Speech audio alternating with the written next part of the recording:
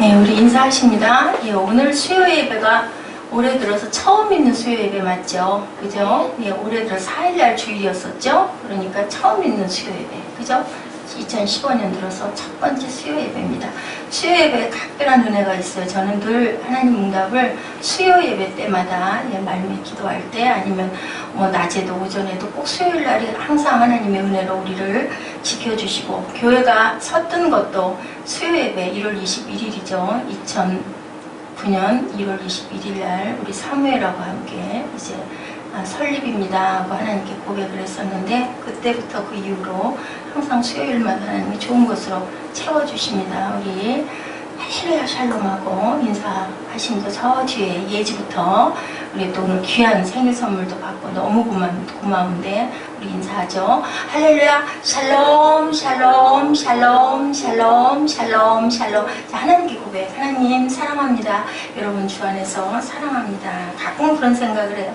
뭐 애기들처럼 유치원 애기들처럼 맨날 이렇게 하나 매일 그렇게 하나 새벽이나 밤이나 늘 그렇게 하나인데 뭐 어때요, 그죠? 1000번이면 또 우리는 하나님 앞엔 다 아기들이에요. 그렇기 때문에 나이가 70, 80을 먹어도 하나님이 우리를 보실 때는 영이신 하나님이 보실 때는 우린 다 애기들이죠. 예, 요한복음 오늘 6강으로 제가 잡았는데 맞는지 모르겠어요. 6번째인 것 같고 중간에 우리 송구영신 예배가 있어가지고 한번 빠졌죠. 오늘 제목이 조금 바뀌었어요. 나는 아니라 네, no예요. no, no. 예, 그렇게 잡았습니다. 세례 요한의 증언이 이렇게 열려 있죠. 19절부터 29절 안에 우리가 무엇을 배워야 될까? 그 조든한 씨가 작곡했던 윤혜영 작사이네요. 예, 선구자라는 그러한 가곡이 있어요. 가곡의 가사가 참 굉장히 오늘 말씀과 너무 일치가 돼서 제가 한번 가사를 발췌해 봤습니다. 일송정 푸른 손을 이 노래들은 아마 다들 알 거예요. 늙어 갔어도 한 줄기 해란강은 천년 두고 흐른다. 지난날 강가에서 말 달리던 선구자 지금은 어느 곳에 거친 꿈이 깊었나. 이역한을 바라보며 활을 쏘던 선구자 지금은 어느 곳에 거친 꿈이 깊었나. 3절 조국을 찾겠노라 맹설하던 선구자 지금은 어느 곳에 거친 꿈이 깊었나. 만주 벌판을 말을 달리던 옛날 선구자의 모습을 그리면서 작곡을 한 거죠. 만주에서 뭐 했어요? 독립운동들을 하려고 3.1운동들을 하려고 다들 만주로 몰려가서 그곳에서 그렇게 독립투사들이 많이 움직이고 활동을 했다고 제가 그렇게 들었습니다. 그래 아마 그 가곡이 그때 어떤 이름 모를 작사자가 윤혜영이라는 작사자가 부탁을 해서 작곡자 조두남 씨가 곡을 붙여가지고 만주 하얼본에 살고 있을 때 만들었다라고 이렇게 기록되어 있더라고 찾아봤습니다. 1933년 경력을 알 수 없는 작사자의 청에 의해서 작곡이 되었다. 선구자 하면 뭘까요? 하나님 우리나라를 생각해서 그 나라 사랑하는 마음으로 앞서 나가면서 이 나라를 지켜주옵소서 하고 그렇게 기도하는 마음으로 이렇게 이 노래를 부르지 않았을까. 용들의 우물가에 밤새 소리 들릴 때 뜻깊은 용가에 달빛이 고이 비친다. 이역한을 바라보며 활을 쏘던 선구자 지금은 어느 곳에 거친 꿈이 깊었나. 이런 선구자가 신약에 바로 세례 요한, 침례 요한이다라는 생각이 저는 들었습니다.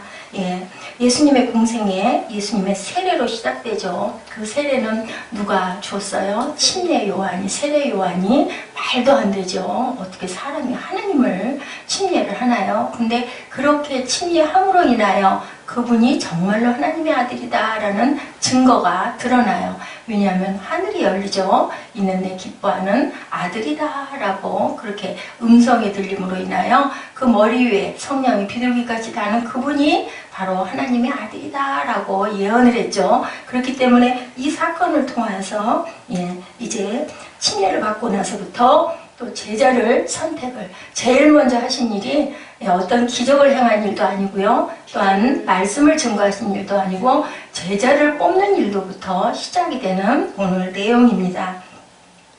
예수님은 일보다 무엇을 중요시했다? 사람을 굉장히 중요시했다. 근데 기업에서 경영을 할 때 가장 중요한 게 사람이에요. 근데 대개 사람들은 어떻게 해요? 일에 몰두하죠. 빨리빨리 사업을 길러가려고 막 동분서주하고 뛰어다닙니다. 그래서 막 늘려놓고 나중에는 그것을 감당하고 뒤에서 갈무리하고 도울 수 있는 사람이 없는 거예요. 그래가지고 결국은 뻥뻥 터지는데, 예수님은 정말로 그 2000년 이전에 정말 지혜롭게 본인이 간 다음에 본인의 일을 감당할, 그리고 많은 사람을 원치 않으셨고 대단한 사람도 원치 않으셨고 뛰어난 사람을 원한 것도 아니시고, 그죠? 딱딱 보시면서 바로바로 그죠? 아, 너는 반석이야. 너는 네 마음에 간사한 것이 없어. 너나 따라라. 와봐라. 이렇게 간단하게 제자들을 부르셔서 만나시는 모습들이 요한복음에 쭉 나오고 있습니다. 사람의 일을 먼저 하지 않고 사람을 먼저 선택하신 것. 지금 많은 경영을 하시는 분들이 예수님의 이 사역을, 이 부분을 따라서 열심히 제자 양성을 하고, 교회들도 그죠? 훌륭하게 뻗어나가는 교회는요 1:1 양육을 해요. 물론 목사님이 다 못하죠.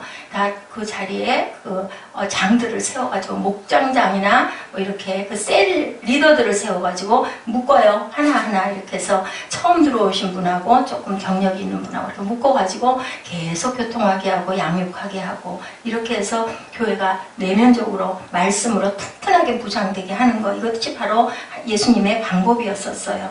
예수님에게서 제자가 생기는데 정말로 놀랍게도 그 제자는 누구의 제자였었어요? 친히 요한의 제자. 두 제자가 있다가 예수님을 따랐다라고 나와요. 그게 바로 안드레와 시몬 베드로, 누구의 둘이 형제죠. 안드레가 먼저 따라가죠. 누구하고 있다가 친히 요한은 어떤 삶을 살았어요?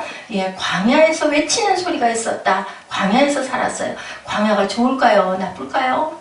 광야가 아주 힘들겠죠. 얼마나 낮으면 아무런 그늘도 없고 햇빛은 쨍쨍 쬐고 40도, 50도 막 올라가는 뜨거운 햇볕. 밤이면 정말로 춥게 꽁꽁 얼어 영하로 40도, 50도로 내려가는 그런 추위에서 어디에서 살았을까요? 바위, 굴 같은 데서 살았어요. 그리고 이 사람은 그 털옷을 입고 약대 털옷을 입었어요. 그리고 가죽에는 띠를 둘렀다 그죠? 거기에 뭘 매달았을까요? 거기에 뭐 화살이나 뭐 자기 먹을 거나 이런 것들을 허리에다가 매달지 않았을까 싶어요. 먹는 거는 메뚜기와 석청, 말씀드린 것 같은데, 메뚜기는 뭐라고요? 먹을 거. 먹을 건데 그게 뭐예요? 뛰어다니는 메뚜기? 아니고 식물, 풀이, 메뚜기라는 풀이 있어요. 메뚜기와 석청은 뭘까? 꿀 종류예요. 달콤한 바위에 붙어있는 그런 것들을 먹으면서 살기가 편했을까요? 불편했을까요? 엄청나게 불편했어요. 근데 거기를 누가 따라다녔다고요? 안드레와 시몬이 따라다녔어요. 뭘로? 제자로. 그러면은 친히 요한한테 엄청난 훈련을 받았겠구나. 왜 거기가 그렇게 좋았을까? 그죠? 누구를 그렇게 존경했을까요? 친히 요한을 엄청 존경했던 거예요. 근데요, 이 친히 요한이 정말로 대단한 설교가였대요. 아주 목소리도 우렁차고요. 바리새인들, 사두개인들마저도 그 말씀을 들으려고 그 광야까지 찾아올 만큼 굉장한 설교가였대요. 그리고 이름이 뭐예요? 세례 요한이라고 할 만큼 광야에 외치는 소리예요. 누구에게 달콤한 말을 한 게 아니라 뭐 했어요? 그냥 만나는 사람마다 보고 회개하라, 천국에 가까웠다, 너희들 그렇게 다 죽어. 그래가지고 전부 다 침례를 주는 일을 했기 때문에 세례 요한이다 라고 이름이 날 만큼. 그리고 결국은 어떻게 됐어요? 짧은 세월을 살다가 그저 33 나이에 죽었죠. 왜 죽었어요? 헤롯 왕에게 당신 잘못하고 있어. 그 사촌 동생의 아내를, 그 헤로디아를 뺏어다가 둘이, 또 헤로디아도 아주 나쁜 그 왕비였었어요. 그래가지고 딱 거기 그 사촌 동생은 아무런 직책을 갖고 있지 않은 왕자였거든요. 그러다 보니까 세력 있는 헤롯 왕에 붙은 거죠. 그리고 자기 아내와 자식을 죽여버리고 헤롯 왕은 그렇게 살고 있는 헤로디아를 막 비방해요. 세례요한은. 그건 죄라고 막 얘기를 하죠. 결국은 그 얘기를 하는 바람에 감옥에 있다가 목이 잘려서 못에 은쟁반에 받쳐져가지고 헤롯 왕에게 잔치석상에 올라가요. 왜요? 살로메가 춤을 췄는데 내가 네 소원을 들어주겠다 헤롯 왕이 얘기했을 때 뭐라고 그랬어요? 헤로디아 엄마가 얘기해요. 살로메에게 너 세례 요한의 목을 달라고 그래라. 왜 그랬을까요? 아유 그냥 자꾸만 옳은 소리를 자꾸 해대가지고 민심을 흉흉하게 할 것 같고 나라가 들썩거릴 것 같고 하니까 없애버리자 해서 결국은 죽었어요. 결국 뭐예요? 너무 허무하게 죽었잖아요. 너무 허무하게 뭐야 태어나자마자 피자마자 그렇게 설교도 엄청나게 잘하고 그리고 침례를 그렇게 열심히 주고 그렇게 옳게 누구를 달콤한 소리로 얘기하지 않고 어떻게 보면 정치적으로도 엄청나게 영향을 끼쳤던 이 사람은 결국은 죽어버릴 수밖에 없는데 그의 삶의 목표는 과연 뭘까? 그럼 이 사람의 이름은 뭘까? 우리가 오해하고 있는 이 사람의 이름은 이 사람은 무엇을 하러 온 사람일까 봤을 때요. 엄청난 설교가다 아니면은 세례 요한이 침례 주려고 태어난 사람이다 아니면은 그 시대의 그 비리를 폭로하고 뒤집고 어떻게 보면은 선지자 같은 그런 사람이다 라고 얘기하고 오해했다는 거죠. 그래서 지금 본문의 19절부터 그 말씀이 지금 나오고 있죠. 19절에 뭐라고 얘기하고 있어요? 유대인들이 예루살렘에서 제사장들과 레위인들을 요한에게 보내요. 유대인들이 보냈어요. 내가 누구냐 물을 때 요한의 증언이 이러하니라. 우리가 이제 여기서 알아야 될 부분이 뭐냐.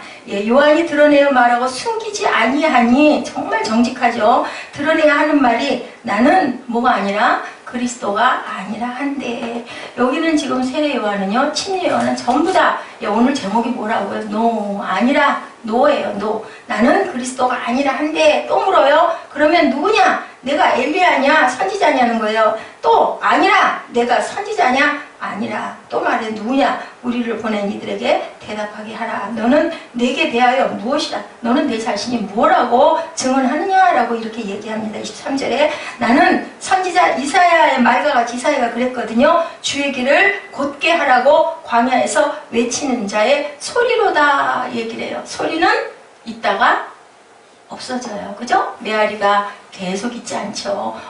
근데 결국은 잠깐 있다 나는 갈 거야 인 거예요. 그것도 아마 침례 요한은 알지 않았을까 이렇게 얘기하는 그런 아주 당당한 침례 요한을 우리가 보게 됩니다. 헤롯 왕의 불륜을 폭로함으로 결국은 계략에 말려서 죽죠. 정말 저는 이 부분의 말씀을 이렇게 묵상하면서 이게 사실은 어제 그제 이 말씀을 정리를 했었어요. 이미 오늘도 또 제가 오면서 급하게 말씀을 다시 뽑았지만 해서 전부 다 정리해서 오늘 어쩌면 제가 집에를 못 들어갈 수도 있겠다라고 생각을 하고 왔다가 그래도 아이들 저녁 때문에 다시 쫓아가가지고 그래도 또 뭔가 참 제가 혼자 그런 생각을 했어요. 그 말씀이나 이 말씀이나 같은데 뭘 그렇게 길을 쓰고 또 그걸 시간도 없는데 뽑느라고 제가 스스로 생각해도 이 부분을 누가 그렇게 귀하게 받을 수 있겠는가. 그건 제 생각에는 하나님이 보시니까. 근데 보시라고 하는 것도 아니고요. 타고난 성품이고 아버지가 아마 이걸 보시고 여기다 이 자리에다 세워놓지 않으셨을까 하는 생각이 들어요. 죽을 때까지 그럴 것 같아요. 과연 그죠? 그의 삶의 목표는 사회 정의나 설교가 아닌 뭐였어요? 오직 예수. 여러분들은 여러분들이 왜 있다고 생각하세요? 자기의 그 목표, 내가 살아있는 목표, 나는 무엇을 하러 이 자리에 왔나? 아까 그 LG전자에서 오신 그 기사님에게도 그런 말, 너무 바빠가지고 결혼도 해야 될 텐데 연애할 틈도 없고 사람 만날 틈도 없고 그러고 나가기를 그럼 왜 사세요? 그랬더니 아유 그러게 말입니다. 하나님은요 우리가 열심히 생육하고 반성하라고 아름답게 살으라고 주셨는데 바빠가지고 아무것도 못할 정도고 왜 바쁘세요? 하고 이제 저희가 같이 웃었어요. 그분도 성경을 꽤 깊이 아시는 분 같더라고요. 그래서 참 우리가 가끔가다 내가 왜 이렇게 정신없이 살고 있나. 저는 그 생각을 했어. 그러면 아까 말한 대로 이렇게 말씀을 한 자리도 교정을 했거든요. 또 좀 바꿨거든요. 그러다 보니까 어디를 어떻게 이렇게 집어넣고 뭐고 할 틈도 없으니까 새로 뽑자 하고 뽑았는데 또 전에 게 또 더 나은 부분도 있고 그래서 제가 막 지금 이 원고를 섞어가지고 여러분에게 머릿속에 너무너무 귀하게 들어와 있던 말씀이기 때문에 틀릴까봐 제가 가끔 봅니다만은 그럼 나는 과연 내 안에는 예수만 가득 차 있을까 하는 생각을 오늘 종일 오전 내내 해봤어요. 과연 나는 이 침례 요한처럼 우리는 그러잖아요. 사람들도 보기 좋고 그리고 또한 누가 봐도 충만한 그런 목회자 참 대단히 하나님의 마음에 녹아있는 그런 어떤 아주 사랑이 많은, 아까 우리 교회 주제가 할 때마다 제가 어느 부분에서 얼굴이 빨개지냐면은, 사랑 많은 목사님과 한 부분이 과연 나는 정말 사랑이 많을까? 여러분들이 느낄 때 이한나 목사는 정말 우리를 굉장히 생각하고 사랑하셔 라는 부분이 있을까? 끄떡하면은, 잘못하면 우리 사무엘이나 우리 예지한테도 바로 소리를 지르기도 하고 하는 목사. 그러다 보니 애들이 더 말을 안 듣는 건 아닐까? 떨어져 있지 않고 한 데 있다 보니까. 그래서 참 가족이 힘들어요. 일단은 그래서 사택이 따로 있어야 된다라는 얘기도 그래서 있습니다. 내가 과연 그런 사람일까? 누가 만약에 예수에 미쳤어, 미친 사람이야. 옛날에 우리 그 집안에 있던 그 작은 아버지 미쳤어 했거든요. 그렇게 미치면 부끄럽잖아요. 아유 무식해, 아유 창피해. 그런데 세례 요한, 침례 요한은 전혀 그러지 않았다라는 거죠. 전혀 그런 부분에 조금 더 거리낌도 조금 더 인척을 안 했다라는 거예요. 우리들 누가 사장님 부르면은요, 뭐 그죠?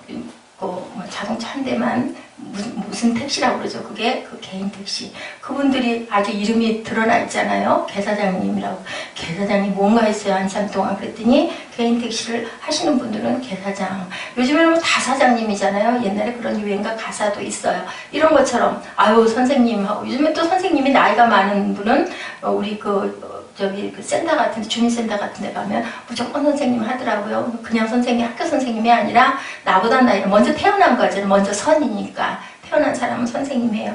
아유 뭐 박사님, 나는 사실은 박사가 아닌데 그래도 또 박사가 좀 나도 공부하고 있으니까 뭐 그럴 수도 있지. 나도 박사 곧 있으면 받을 건데 하면 인척하잖아요.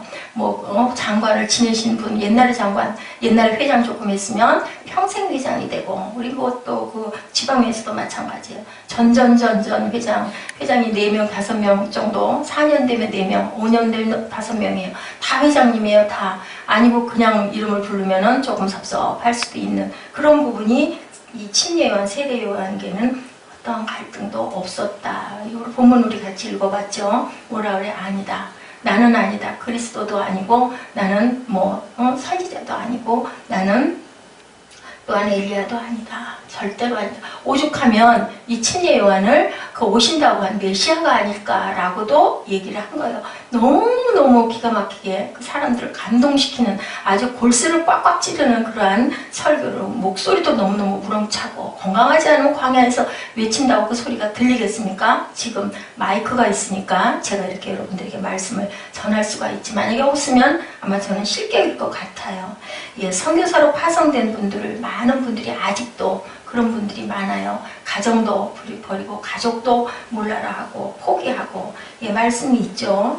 뭐라 그래요? 전토를 벌인 자들에게는 몇 배로 많은 그 보답을 분명하게 할 거다. 마가복음 말씀에 10장에 그런 말씀이 있더라고요. 그런 것처럼 그런 분들이 너무나 많아요. 요한복음 1장 19절에 보니 유대인들이 예루살렘에서 제사장들과 레위인들을 요한에게 보내어 네가 누구냐 물을 때 요한의 증언이 이러하니라. 누군가가 내게 누구냐고 물을 때 나의 정체성은 과연 무엇이다 라고 대답할 수가 있겠는가 인 거예요. 아까도 그 오신 분에게 제가 엄청 칭찬을 했어요. 뭐 칭찬이 사실이니까. 어이구 얼마나 감사하십니까? 라고 얘기를 해서 거기에 대답을 그렇게 했습니다. 아니에요. 정말 너무 마음이 너무 불편하고 너무 미안한 마음뿐이다 라는 얘기를 했습니다. 이렇게 우리가 왜 있는지, 나는 그럼 왜 있는지, 어떤 분이 그런 얘기를 하시더라고요. 살아있는 게 은혜죠 라고 얘기했더니 거기에 대한 답이 이렇게 왔어요. 살아 계셔야 할 소명이 있기 때문에 살아 계신 겁니다 라는 얘기를 제가 한참 생각을 했어요.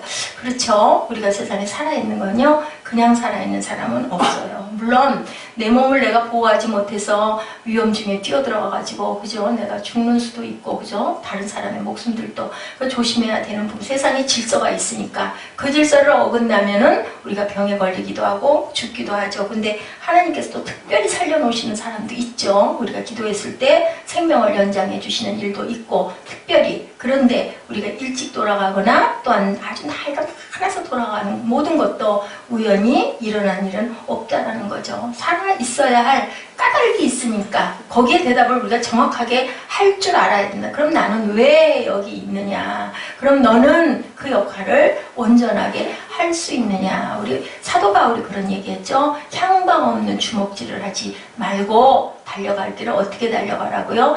열심히 곧게 달려가야 된다라는 얘기를 하고 있습니다. 방황이죠, 방황.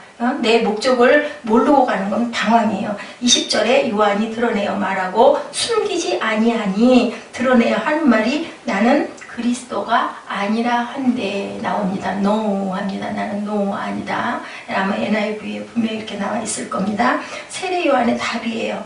예수이기를, 엘리야이기를, 선지자이기를 사람들은 바랐는데 단호하게 뭐 좀 이렇게 얼버무려서 아이 뭐 그 내가 뭐 전에는 뭐 좀 이게 아니죠. 정확하게 no 나는 아니다 라고 얘기를 하죠. 그리고 얘기하죠. 제자들이 와가지고 또 약간 그죠 샘도 나고 그죠 그 질투도 나고 하니까 얘기하죠. 여기로 오든 침례받으려고 하던 사람들이 다 저리로 간다라고 얘기하잖아요. 그럴 때 뭐라고 그래요? 나는 쇠하고 그는 승해야 하리라 정확하게 얘기를 합니다.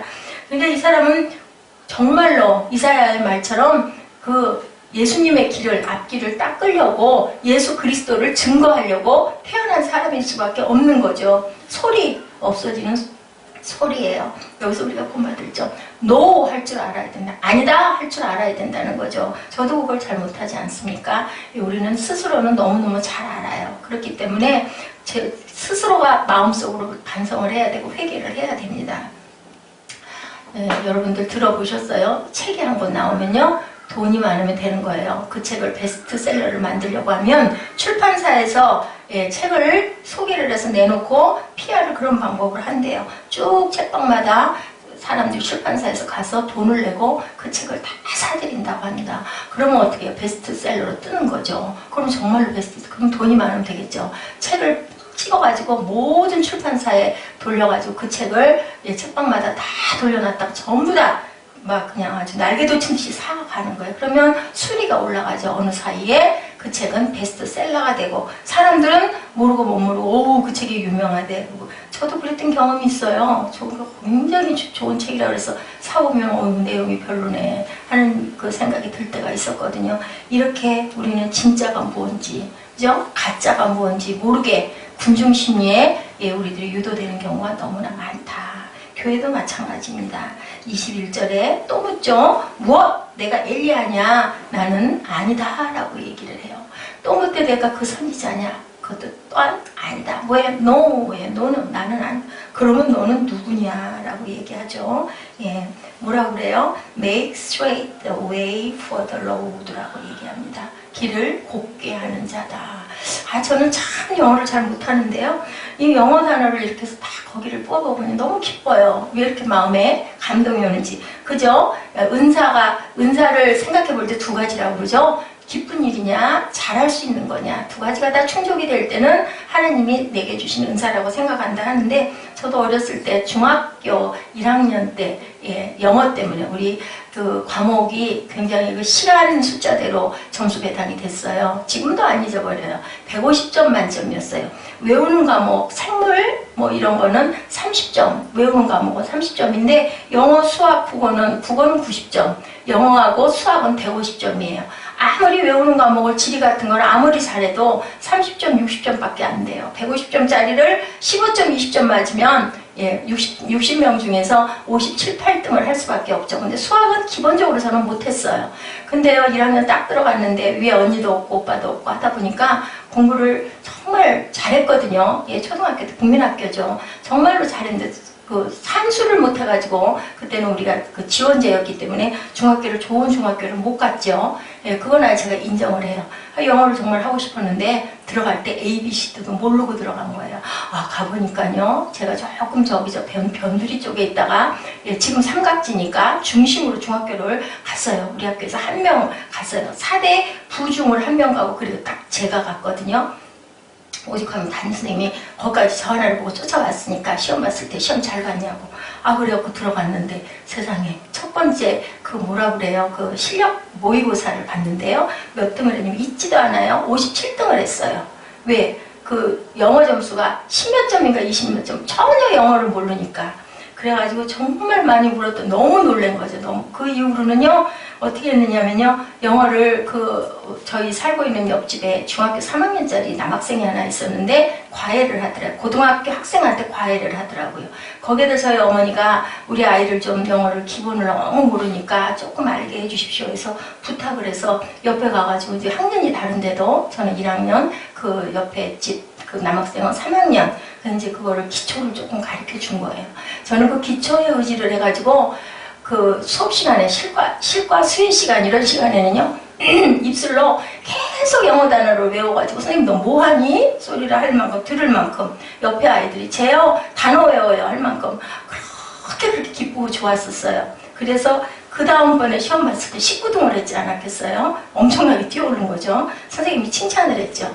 그래서 영어의 기틀을 잡았어요. 영어를 참 좋아했었어요. 근데 이제 지금은 제가 나이가 많이 들고 영어에서 이제 거리가 멀리 떨어져 있다 보니까 못하는데도 역시나 제가 유년부를 영어를 그렇게 좋아했기 때문에 그렇게 말을 많이 들으면서도 영어를 계속 시켜온 거예요. 그래서 아마 우리 꿈동이들이 중학교 가거나 이 다음에 중등부, 고등부 가가지고 뭐 요한복음이나 이런 거 읽을 때는 그래도 눈에 좀 익숙하지 않을까 하는 생각이 들어요. 이거 단어를 제가 이걸 발췌를 해서 써놓고요. Make straight the way for the Lord 해놓고 얼마나 기쁜지 몰라요. 맞아. 길을 곧게 하는 자. 그냥 여기서 우리가 보면 그냥 앞길을 곧게 하는 자다인 건데요. 영어로 보면 게 기쁘다는 거죠. 옆으로 사설이 길었는데 우리 꿈동이들도 내가 그거 못해 일 때 뭘 배우면 열심히 좀 집중을 해봐요. 집중을 좀 시키려고 예배 시간에 그렇게 외우게 하죠. 자문도 외우게 하고 시도 외우게 하고. 근데 그거 듣고 바로 따라해도 그거는 할 수 있을 것 같은데도 우리 꿈동이들 머릿속에 뭐가 들어가 있어서 핸드폰이 참 나쁜 거예요. 그래서 그 대안학교 같은 데 가면 일절 핸드폰을 전부 다 집에 돌아갈 때까지 몰수를 한다고 그러죠. 몇 개월이고 안 준대요. 일단은. 그렇게 돼서 그 부분을 떨어뜨려 놓으니 나중에 그 학생들이 간증을 했더라고요. 처음엔 너무너무 불편하고 못 견딜 것 같고 했는데 이제는 너무너무 자유롭고 편하다. 그렇게 얘기를 할 만큼 집중을 못하는 이유가 그런 것에 빠져 있기 때문에 뭐 게임 아니면은 뭐 무슨 거기에 나오는 거 뭐죠 폰에 나오는 그런 것들 따라가는 그런 부분에만 집중이 돼서 꽂혀 있으니까 뭐를 외우려고 그러면 거기에 탁탁 걸리는 거죠. 내 머리가.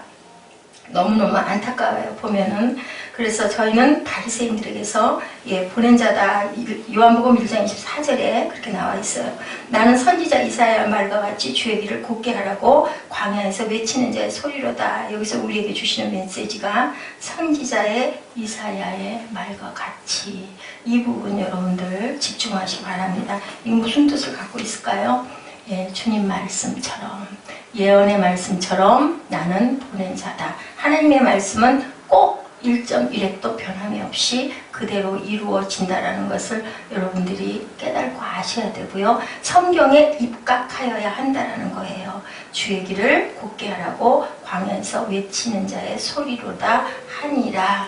나는 주를 증거하러 온 자다라고 얘기합니다.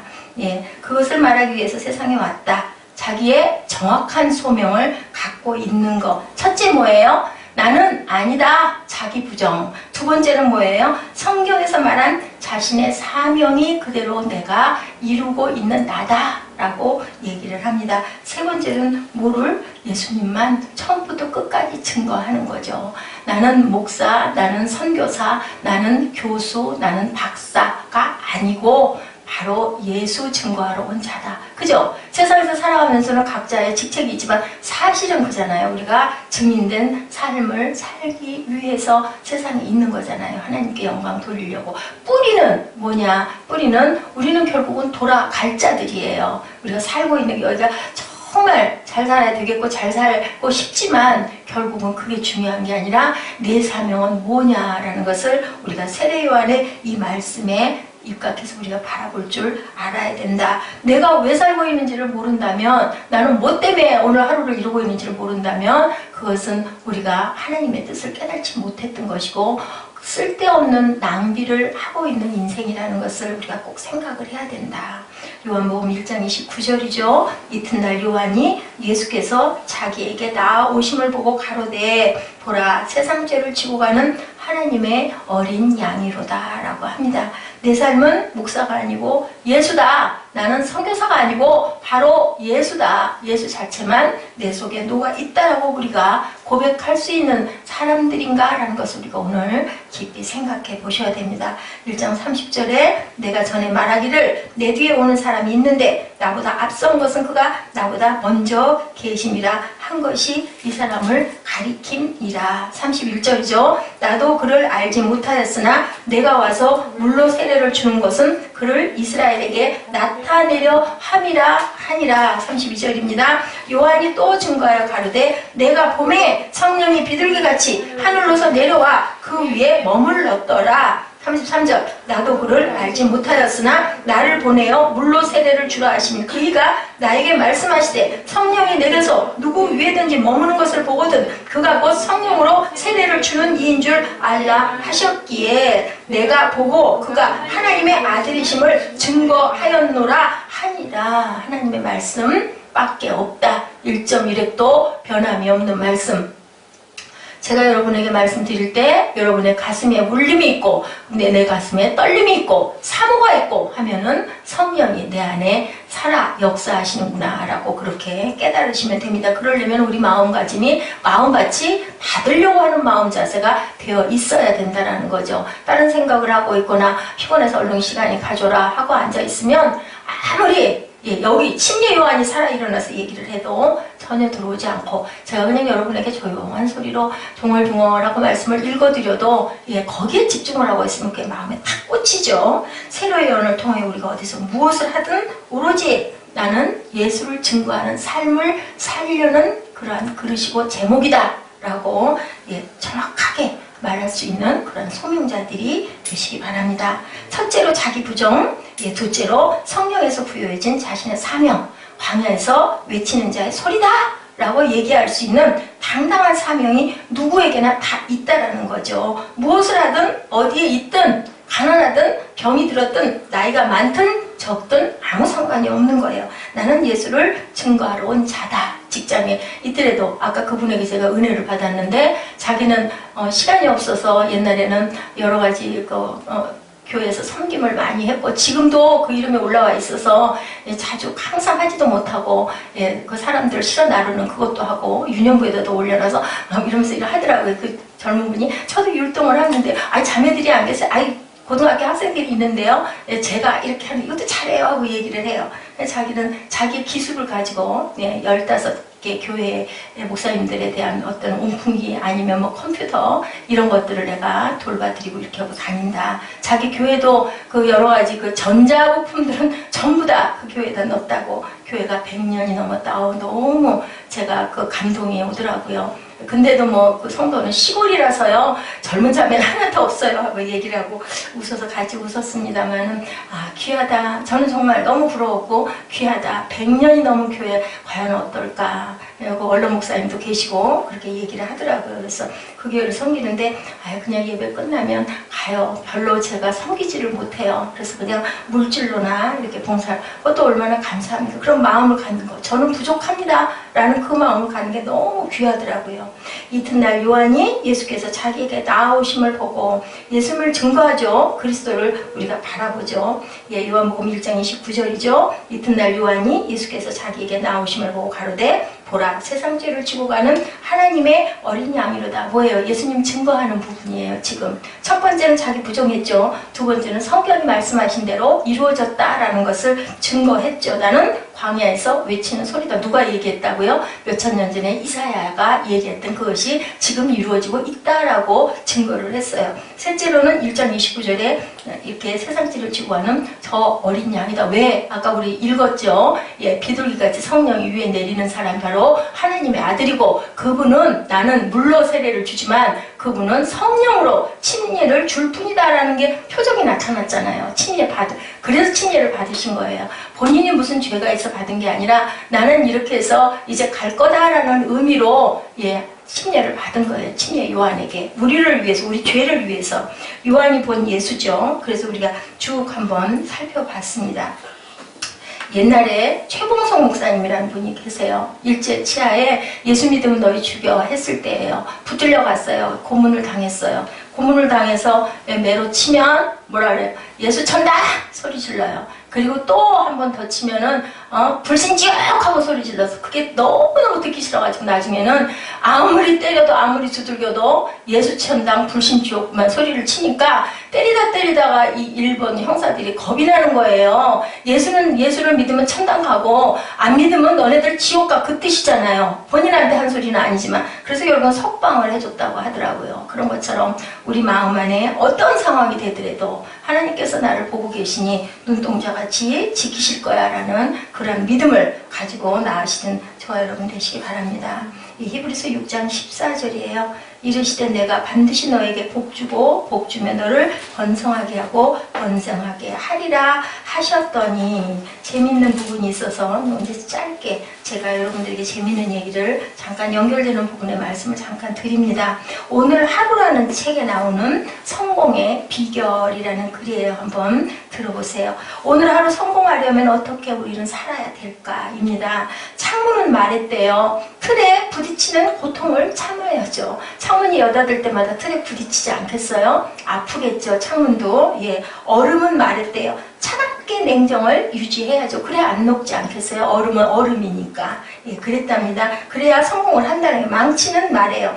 열심히 두드려 일해야죠. 칼은 베일 듯이 날카로워야죠. 그쵸? 칼은 그래야 잘 쓰이죠. 불은 화끈하게 뜨거워야죠. 비누는 때를 잘 제거해야죠. 형광등은 빛을 밝게 비춰야죠. 그죠? 각자의 사명이 이렇게 있다는 거죠. 세상의 모든 것들은 만들어진 목적이 있다. 우리 침례 요한도 목적이 있었죠. 광야에 외치는 자고, 나는 그리스도도 아니고, 나는 엘리야도 아니고, 나는 선지자도 아니다. 나는 아니다 했었어요. 그죠? 이렇게 칼도 비누도 무엇이 더 대단하고 무엇이다 아닌 게 없는 거예요. 세상에서 각자의 몫이 있다라는 거죠. 목적을 이룰 때 우리가 복된 인생이 된다. 사람도 목적을 이루는 것이 성공이고 행복이다라는 거예요. 그렇다면 하나님이 말씀하시는 사람의 목적은 무엇이고 성공은 과연 무엇일까?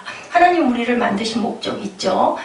찬양받고 싶으셔서, 하나님 경배받고 싶으셔서, 예배받고 싶으셔서 어떻게 하라고 그러셨어요? 찬양하는 목적을 달성하는 삶, 이웃을 사랑하고 복음을 전하는 삶, 말씀을 듣고 작은 실천을 하는 성실한 삶이 성경이 말하는 성공하는 삶이라는 거죠. 그리스도인의 참 삶이라는 거죠. 우리가 오늘 하루를, 또 내일 하루를, 우리가 1년이 지금 1월 벌써 날짜가 7일인가요? 이렇게 날짜가 벌써 이렇게 됐어요. 계속해서 이렇게 날짜는 금방 갑니다. 그렇다면 우리는 각자의 하나님이 주신 달란트대로, 오늘 새벽에 말씀 전한 것 같은데요. 카리스마, 그죠? 은사, 그것이 카라에서, 카라라는 뜻은 히랍 그 원어로 기쁨이에요. 기쁨으로 우리가 살아가야 되는데 그런 부분들을 우리에게 다 주셨다라는 거죠. 근데 기쁘지 못하는 건 왜 기쁘지 못할까요? 우리의 지나친 욕심 아니면 닦이지 않은 어떤 마음들, 그것을 잘 닦아야 되는데, 저 같은 경우 아주 모델이죠. 엄청난 능력을 주셨는데 그것을 쓸데없는 그저 포장에만 연연하다 보니까 알맹이가 없어진 거예요. 그러니까 이렇게 뒤늦게 그걸 깨닫고 애통해봐야 이미 지나간 거죠. 저는 소원이 없어요. 내 후대들이 누가 하나라도, 여기 있는 인원들 중에 단 한 명이라도 앞으로 제가 없고 하늘에 갔을 때라도 당당하게 세상에서 빛으로 전해지고 하나님의 소명을 완수하는 길을 열심히 달려가는 모습을 제가 위에서 보면 그게 가장 기쁠 것 같아요. 살아있는 날까지 그 소명을 향해서 저는 갈 뿐입니다. 이 세례요한, 침례 요한처럼 세상에 어떤 사람도 바라보지 않고, 거기에 그 입술 만지르르하게 막 그렇게 가서 아부하려하지 않고, 정확하게 나는 아니다, no, no, no 하는 거죠. 그 사람들이 실망을 하든 말든 나는 그 그릇이 아니다. 그런 것처럼 타협하지 않고 열심히 달려가는 저와 여러분, 뭐에 입각해요? 아까 말씀처럼 성경 말씀에 입각하여 옳은 길을 따라가는 저와 여러분 되셔야 되겠죠. 히브리서 12장 2절 믿음의 주요 온전케 하시는 이인 예수를 바라보자. 우리 말씀을 한번 합독하고 우리 찬양하는 시간 갖도록 합니다. 믿음의 주요 또 온전하게 히브리서 12장 2절입니다. 믿음의 주요 또 온전하게 하시는 이인 예수를 바라보자. 그는 그 앞에 있는 기쁨을 위하여 십자가를 참으사 부끄러움을 개의치 아니하시더니 하나님 보좌 우편에 앉으셨느니라. 네, 기쁨을 위하여 십자가를 참았다고 그래요. 내가 그 십자가를 감당했을 때 하나님께 영광 돌리고 하나님이 나를 기뻐할 것이다라는 그 기쁨을 위해서 그 고통스러운 십자가를 참았다라는 거죠. 그리고 하나님 보좌 우편에 앉았다라고 이렇게 고백합니다. 누구도 하나님의 아들이신 예수 그리스도도 그런 마음으로 그 십자가를 참으셨다. 그런 마음으로 우리가 예수를 바라보고 그런 마음으로 세상을 승리하고 세상이 감당하지 못할 자들 어땠어요? 톱으로 켜고 그죠? 못질하고 두들기고 해도 절대로 포기하지 않죠. 미친 거죠. 완전히 생명을 다져도 상관없다 할 정도로 미친 거죠. 우리가 뭐인가 미치면 누가 말려도 못 말린다고 하잖아요. 그런 것처럼 저와 여러분들 눈치 보지 마시고 예수에 미치는 저와 여러분 되시기를 주님의 이름으로 축복합니다. 기도하시겠습니다.